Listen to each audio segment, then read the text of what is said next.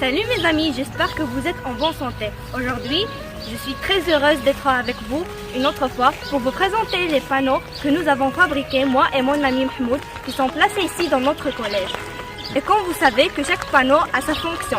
Par exemple, ce premier panneau est passé ici, pas par hasard. C'est pour informer les élèves qu'ils doivent respecter la distance de sécurité qui est 1 mètre pour protéger leur santé. Salut! Le deuxième panneau est placé ici à côté de la porte pour faire un rappel aux élèves qu'ils doivent être prudents à la sortie de l'école. Bonjour les amis, j'espère que vous êtes en bonne santé. Cette civilisation de marquage indique que chaque élève et chaque personne n'appartiennent pas au corps enseignant n'ont pas droit à pénétrer à ce lieu. Maintenant, je vous laisse avec mon ami Ptihal qui va présenter le deuxième panneau. Et pour le panneau stop est un panneau de signalisation qui est implanté au parking de voitures et qui informe les conducteurs qu'ils doivent marquer l'arrêt avant de continuer. Il est interdit de courir. Bonjour les amis, comment allez-vous? J'espère que vous allez très bien. Aujourd'hui, je suis très contente de vous présenter un projet de classe qui est sous forme de 2 panneaux. Le premier, je vais le présenter moi-même et le deuxième sera représenté par ma copine Nawar. Oh mes amis, quand vous voyez, ce panneau indique l'interdiction de courir car en effet, le fait de courir peut provoquer des risques qui sont dangereux pour notre santé. Bref, soyez prudents et prudentes et marchez doucement. Alors maintenant, je laisse la parole à ma copine Nawar pour qu'elle vous présente le deuxième panneau.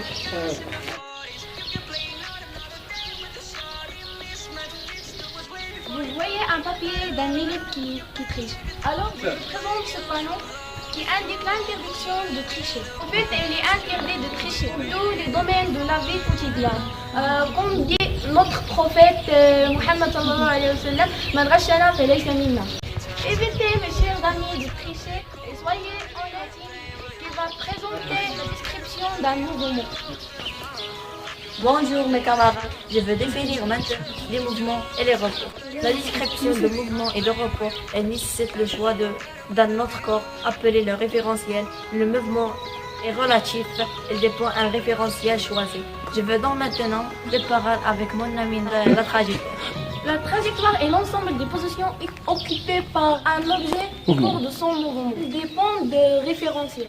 Bref, mes amis, on distingue 3 types de trajectoires et je vais vous donner des exemples pour mieux comprendre.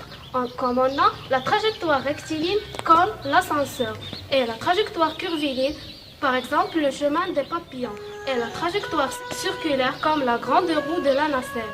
Mes amis, j'espère que vous avez bien compris. Merci de votre attention. Maintenant, on va vous présenter le résumé de la leçon mouvement et repos. Moi et mes amis Ptihal et Fatem Zahra.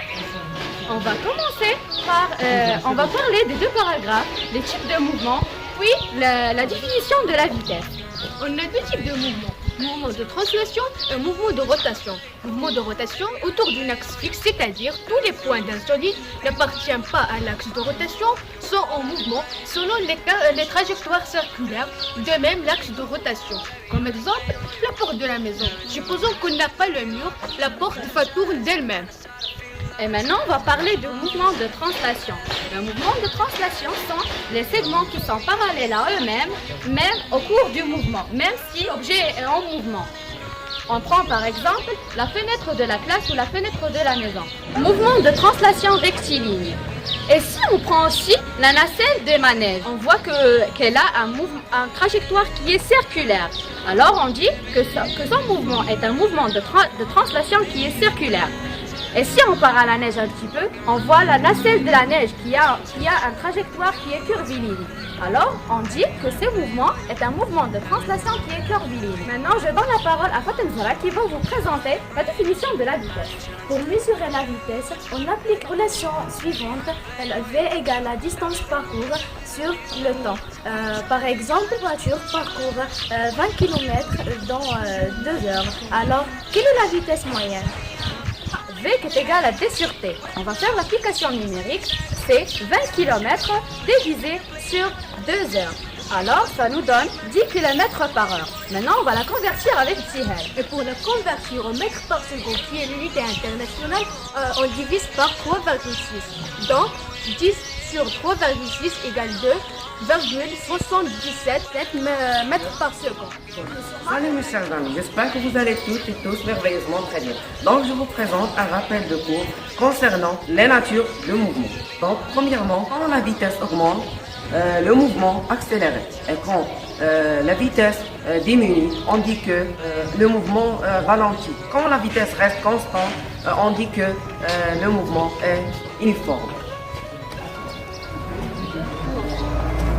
Donc je vous laisse avec mon ami Ali. Et maintenant, je vais vous présenter comment calculer la distance d'arrêt. D'abord, on a besoin d'une distance de réaction.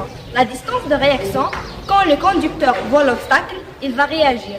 Et on a aussi besoin d'une distance de freinage. La distance de freinage est quand le conducteur commence à freiner jusqu'à l'arrêt du véhicule. Et on fait l'addition entre ces deux distances, on obtient la distance d'arrêt. DA est égal à DR plus DF. Merci de votre attention. À bientôt.